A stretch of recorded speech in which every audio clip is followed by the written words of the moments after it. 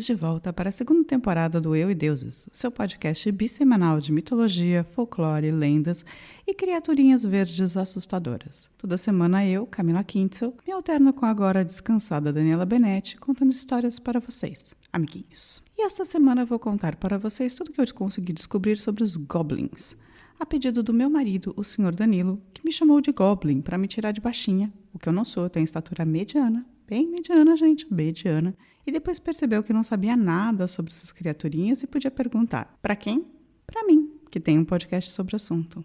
Bullying que chama, xinga e depois vai aprender sobre, pelo menos um bullying cultural, o que incentivamos. É paradoxo que chama isso aí. Pois Goblin é uma criatura do tipo monstrinha, em geral verde, que aparece no folclore de várias culturas europeias, em especial nas escandinavas e anglo-saxãs, sendo que surgiram primeiro em histórias da Idade Média, mais especificamente no século XI. A eles são atribuídas habilidades, temperamentos e aparências diversas e conflitantes, dependendo da história do país de origem.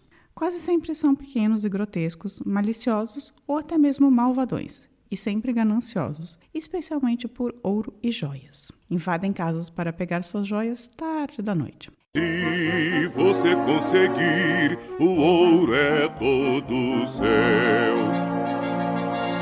Eles geralmente têm habilidades mágicas, semelhantes a uma fada ou demônio, mas mesmo essas habilidades variam muito.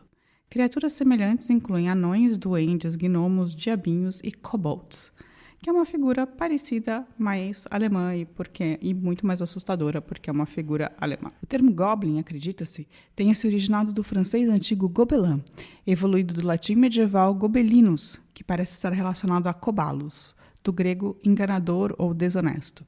O feminino de goblin é goblete, um nome que eu amei, que poderia ser muito o nome de banda, as Gobletes. Em geral, eles moram em cavernas ou em montanhas, ao contrário dos trolls, que são conhecidos por morarem embaixo de pontes e no oco de árvores.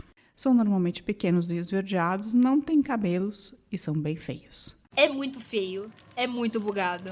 Mas também existem de outras cores, como marrom ou pretos. Aliás, o verde é o tipo mais normalzinho, que mais aparece descrito na literatura. Mas existem os maiores e os menores, dependendo do local da Europa de onde você está falando. Dizem que eles podem viver por muito tempo e são muito resistentes. Podem sobreviver mesmo em pântanos ou até na cidade. Ou seja, talvez você tenha um goblin vivendo com você aí agora, pronto para roubar suas joias de madrugada. Uma picanha, que está valendo mais do que ouro, né, minha gente?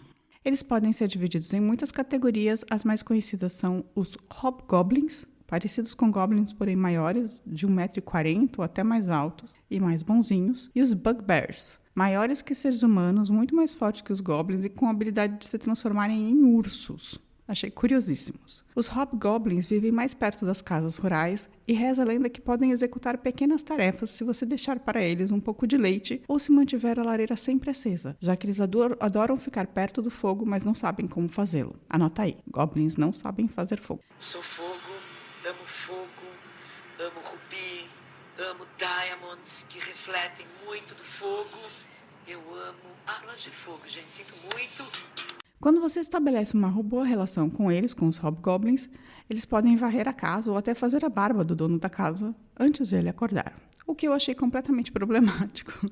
Imagina essa imagem da pessoa dormindo com um ser verde horrível, com uma navalha ou uma gilete fazendo a barba do sujeito enquanto ele dorme. Porém, deixa leite aí e toma o seu risco. Um consenso é quem vive em bandos, como uma comunidade precária, semelhante a uma sociedade de homens primitivos. Dentre suas armas estão a clava, o machado de pedra, a zarabatana, além de pequenas lanças e pedras. Uma coisa complicada é que em português a gente tem traduzido goblins como duendes ou gnomos, o que não corresponde exatamente à realidade, não é exatamente o mesmo tipo de bichinho. Eles são muito pequenininhos, meu. Olha eles, pequenininhos. Olha para os bichinhos pequenininhos. Inventem o nome desse bichinho. Olha o tamanhozinho dele, pequenininho. Vocês são muito pequenininhos. Os duendes surgiram na Península Ibérica, assim como os tragos e os tardos portugueses, e são criaturas que ficam pela casa fazendo travessura. Eles são próximos, mas não são os mesmos seres. Os gnomos são muito parecidos com os anões da literatura fantástica, primos dos leprechauns. Então, dá para falar que são categorias diferentes, apesar de todos serem muito pequenos e tricksters e viverem meio em volta do ser humano. O que é mais importante saber sobre o Goblin, na real, é que eles são variações de um mesmo tipo de criatura sempre pequena, que causa na relação com o ser humano. Parece que sempre há no imaginário de culturas um ser criado para culpar no caso de desastres do cotidiano, como o sumiço de objetos ou coisas quebradas sem explicação. Da mesma maneira que, apesar de ser uma figura completamente diferente, o Saci tem esse papel na nossa cultura. Ou a gente às vezes fala, né, gnomos e duendes que estão pela casa, quebrando as coisas e tal. Eu vi gnomos!